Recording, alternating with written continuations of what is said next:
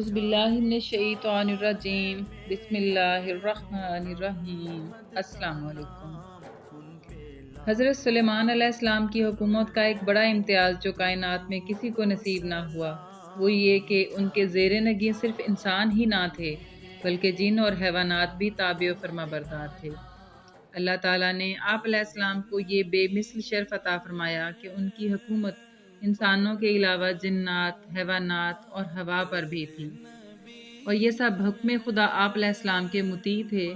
یہ سب کچھ اس لیے ہوا کہ حضرت سلیمان علیہ السلام نے ایک مرتبہ درگاہ الہی میں یہ دعا کی، رب اغفر لی وہب لی ملکا لا ینبغی لأحد من بعدی انک انت الوہاب۔ اے رب، مجھے معاف فرما اور مجھ کو ایسی سلطنت عطا فرما جو میرے سوا کسی اور کے لیے مناسب نہ ہو، بے شک تو بڑا ہی دینے والا ہے۔ اللہ تعالیٰ نے آپ کی دعا کو قبول فرما لیا اور ایک ایسی عجیب و غریب حکومت عطا فرمائی کہ جو نہ ان سے پہلے کسی کو نصیب ہوئی اور نہ ان کے بعد کسی کو میسر آئے گی۔ چنانچہ جنات بھی آپ علیہ السلام کے تابع فرمان تھے۔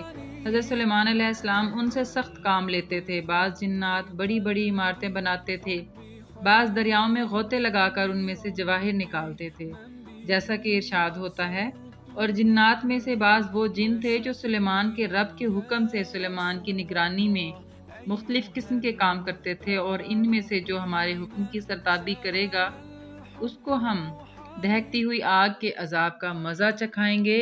وہ جنات سلیمان کے لیے جو وہ چاہتے بنایا کرتے تھے، بڑی بڑی اونچی عمارتیں اور تصویریں، اور بڑے بڑے لگن جیسے حوض اور بڑی بڑی دیگیں جو بھاری ہونے کی وجہ سے ایک ہی جگہ پر تھیں۔ دوسری جگہ ارشاد ہوتا ہے، وَمِنَ الشَّيَاطِينِ مَن يَغُوصُونَ لَهُ، اور جنات میں سے بعض وہ تھے جو سلیمان کے لیے سمندر میں غوطہ لگاتے تھے۔ پھر تیسری جگہ ارشاد ہوتا ہے، وَشَيَاطِينَ كُلَّ بَنَّاءٍ وَغَوَّاصٍ وَآخَرِينَ مُقَرَّنِينَ فِي الْأَصْفَادِ۔ اسی طرح جنات کو بھی جو عمارت تعمیر کرنے والے اور غوطہ لگانے والے تھے ان کو زیر فرمان کر دیا تھا، اور ان کو بھی جو زنجیروں میں بندھے رہتے تھے۔ حضرت سلیمان علیہ السلام ان سے بڑے بڑے قلعے اور عمارات تعمیر کرواتے تھے۔ پانی بھرنے کے بڑے برتن ایسے بنائے جاتے تھے جن میں چھوٹے حوض کے برابر پانی آ جاتا تھا۔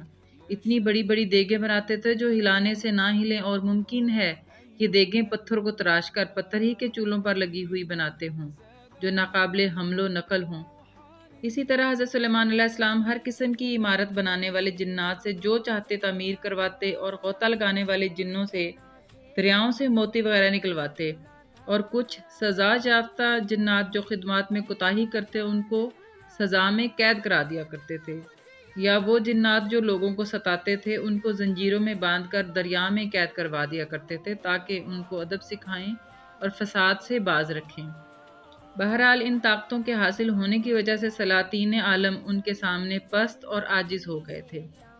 ابن خلکان نے لکھا ہے، بلاد مغرب کے گورنر حضرت موسیٰ بن نصیر رحمۃ اللہ علیہ نے جب مغربی علاقے کو بحر محیط سے لے کر شہر طلیطلہ تک فتح کر لیا تو اس فتح کی اطلاع لے کر خلیفہ عبد الملک بن مروان کے پاس آئے تو ساتھ حضرت سلیمان علیہ السلام کا مائدہ بھی لائے جو شہر طلیطلہ سے دستیاب ہوا تھا۔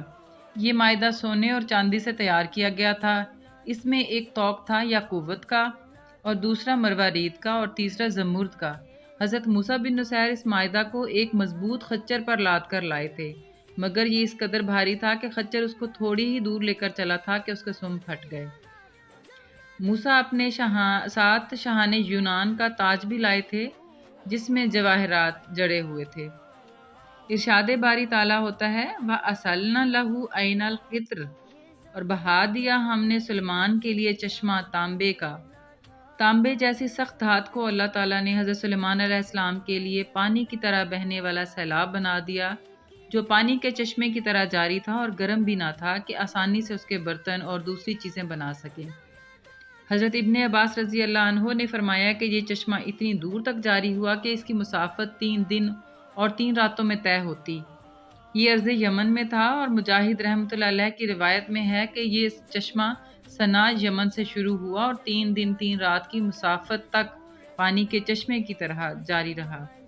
قرآن کریم سے معلوم ہوتا ہے کہ حضرت سلیمان علیہ السلام کا لشکر 3 قسم کا ہوتا تھا، انسانوں کا، جنوں کا اور پرندوں کا، جیسا کہ اس آیت سے ظاہر ہوتا ہے وَحُشِرَ لِسُلَيْمَانَ جُنُودُهُ مِنَ الْجِنِّ وَالْإِنسِ وَالطَّيْرِ فَهُمْ يُوزَعُونَ، اور سلیمان کے لیے اس کے لشکر جنات میں سے اور انسانوں میں سے اور پرندوں میں سے جمع کیے گئے اور وہ مرتب کرنے کی غرض سے روکے جاتے تھے۔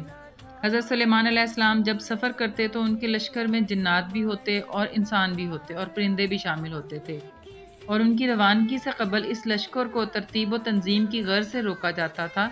پھر روانگی میں بھی اس ترتیب کو مد نظر رکھا جاتا کہ پہلی صف والے آگے نہ نکل جائیں یا آگے والے پیچھے نہ رہ جائیں، اس طرح میمنہ اور میسرہ میں فرق نہ آ جائے، دائیں والے بائیں طرف نہ ہو جائیں اور بائیں والے دائیں طرف نہ آ جائیں، جیسا کہ آج کل منظم حکومتوں کی فوج بھی منظم ہوا کرتی ہے اور اس کا چلنا اور ٹھہرنا اور دائیں بائیں مڑنا ایک قاعدے اور ضابطے کے تحت ہوتا ہے۔ آج کل تو صرف انسانوں کی فوج ہوتی ہے، حضرت سلیمان علیہ السلام کے عہد میں انسانوں کے ساتھ جنات اور طیور بھی ہوتے تھے۔ ایک جگہ قرآن کریم میں ارشاد ہوتا ہے حَتَّى إِذَا آتَوْا عَلَى وَادِ النَّمْلِ قَالَتْ نَمْلَةٌ يَا أَيُّهَا النَّمْلُ ادْخُلُوا مَسَاكِنَكُمْ لَا يَحْطِمَنَّكُمْ سُلَيْمَانُ وَجُنُودُهُ وَهُمْ لَا يَشْعُرُونَ۔ ترجمہ، یہاں تک کہ سلیمان اور اس کے لشکر چیونٹیوں کے میدان پر پہنچے تو ایک چیونٹی نے کہا اے چیونٹیوں، اپنے اپنے سوراخوں میں گھس جاؤ، کہیں ایسا نہ ہو کہ سلیمان اور اس کے لشکر تم کو کچل ڈالنے اور ان کو خبر بھی نہ ہو۔ جب تمام لشکر کو لے کر حضرت سلیمان علیہ السلام چلے تو ایک جگہ جنگل پر گزر ہوا جہاں چیونٹیوں کا لشکر تھا۔ لشکر سلیمان علیہ السلام کو دیکھ کر ایک چیونٹی نے باقی تمام سے کہا کہ اپنے اپنے سوراخوں میں چلی جاؤ، کہیں ایسا نہ ہو کہ لشکر سلیمان علیہ السلام چلتا ہوا تمہیں روند ڈال لے اور انہیں علم بھی نہ ہو۔ حضرت حسن رحمۃ اللہ علیہ فرماتے ہیں کہ اس چیونٹی کا نام حرص تھا۔ یہ مخلوق باوجود اپنی کثرت کے نہایت منظم ہے، باقاعدہ ان کی فوج ہوتی ہے اور جاسوس ہوتے ہیں، اور خطرے کے وقت سراغ رساں سپاہی باہر نکلتا ہے اور حالات سے اندر والوں کو مطلع کر دیتا ہے۔ اس موقع پر اطلاع دہندہ نے بڑی احتیاط سے کام لیا کہ وَهُمْ لَا يَشْعُرُونَ کہہ کر اس امر کو ظاہر کر دیا کہ حضرت سلیمان علیہ السلام اور ان کا لشکر ظالم نہیں کہ جان بوجھ کر کسی کو تکلیف پہنچائیں۔ ہاں، بے خبری میں ایسا ہو سکتا ہے کہ تمام لشکر کی روندن میں آ کر پس جاؤ اور گزرنے والوں کو خبر بھی نہ ہو۔ حضرت سلیمان علیہ السلام نے یہ بات سن لی اور چیونٹی کی فراست اور کلام میں احتیاط پر آپ علیہ السلام کو ہنسی آ گئی، اور اللہ تعالیٰ کی اس نعمت سے متاثر ہو کر اللہ تعالیٰ سے دوام میں اعلیٰ لشکر کی توفیق طلب کی اور حضرت حق کے پسندیدہ کاموں کے بجا لانے کی دعا کی اور انبیاء علیہ السلام کی جماعت میں شامل رہنے کی بھی دعا کی۔ ربنا تقبل منا انک انت السمیع العلیم۔ ویڈیو بس یہیں تک تھی، پسند آئے تو اسے لائک اور شیئر کریں، چینل کو سبسکرائب ضرور کر لیں تاکہ اور انبیاء کے بارے میں بھی آپ کو معلومات ملتی رہیں۔ اپنا بہت سا خیال رکھیے گا، 5 وقت کی نماز پڑھتے رہیں۔ اللہ حافظ۔